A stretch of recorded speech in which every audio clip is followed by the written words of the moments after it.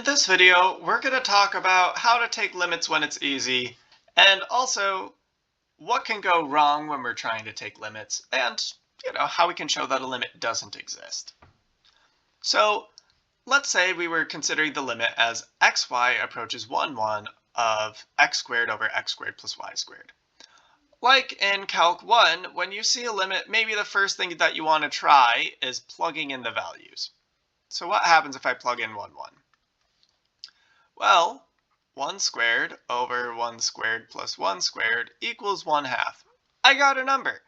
And like with Calc 1, basically any way that you can add, subtract, multiply, divide, compose functions that you know to be continuous, that result is also going to be continuous as long as the output is defined.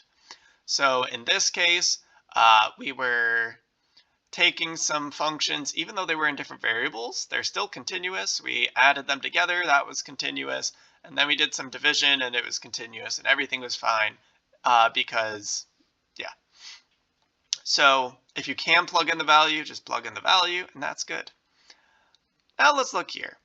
Let's try to see what happens if we plug in the value. Well, we get 0 squared over 0 squared plus 0 squared. That is 0 over 0, which is undefined. So this function is continuous at all points in its domain, but unfortunately 0, 0 is not in its domain. So we need to do a little bit more work. So one thing we can do is we can try, we'll try some different directions or some different ways to approach 0, 0. Now, I cannot possibly try every single way to approach 0, 0. But if I try to approach it in a couple different ways and I get different answers, that is going to mean that the limit doesn't exist. Because one thing about the limit is it is unique. If there is a limit, it should be the same no matter how we approach the value. So let's go ahead and try approaching along the x-axis. Along x-axis. And that just means that y equals 0. Well, if we do that, then the limit of, we'll say, x0 as that approaches 0, 0 of x squared over x squared plus y squared. Notice I set y equal to 0 there. That is going to be the limit as x0 approaches 0, 0. And, we don't really need to write x0 because we're just saying that y equals 0. That's just the limit as x approaches 0 of 0 over,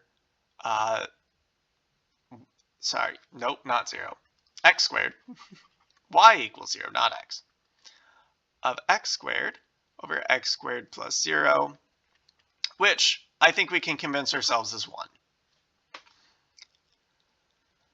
But now let's try along the y-axis.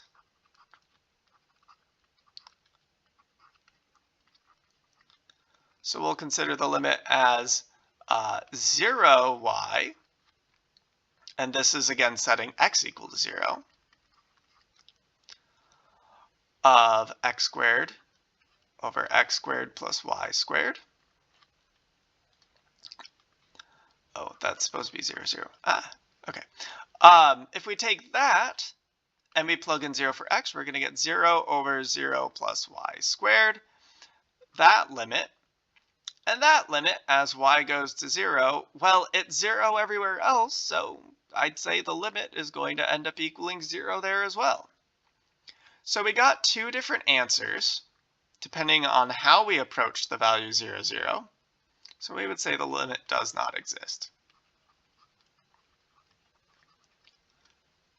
Now let's consider this one up here. So we can try it along.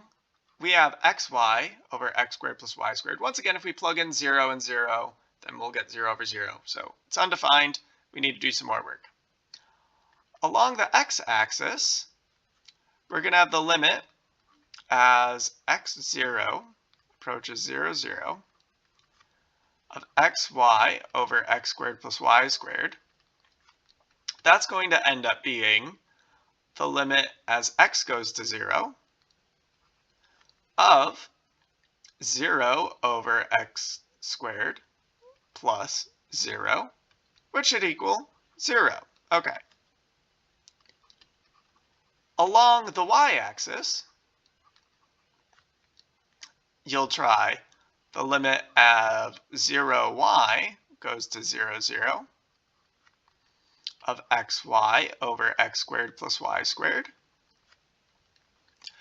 Well, let's see. Now we're going to be setting x equal to 0, so we'll be having the limit as y goes to 0 of 0 over x squared, or sorry, of 0 plus y squared.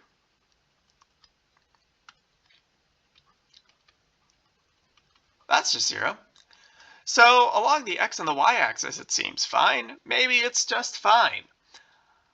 But let's try along a different line. Let's try along the line y equals x.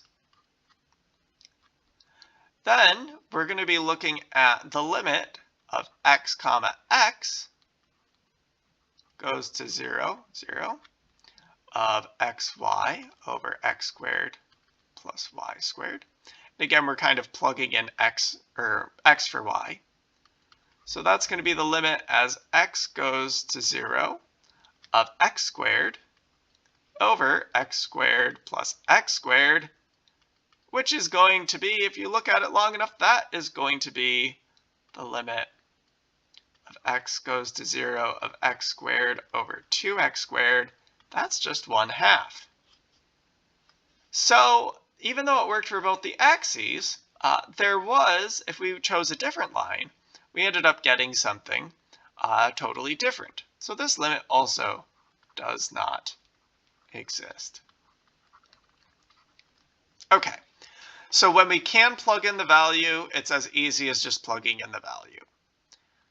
If we can't plug in the value, then we try some different lines. And if we get two different approaches that give us different limits, then that tells us that the limit doesn't exist.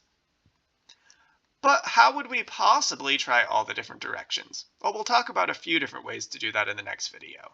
But before we get to the next video, I do want to make one quick clarification.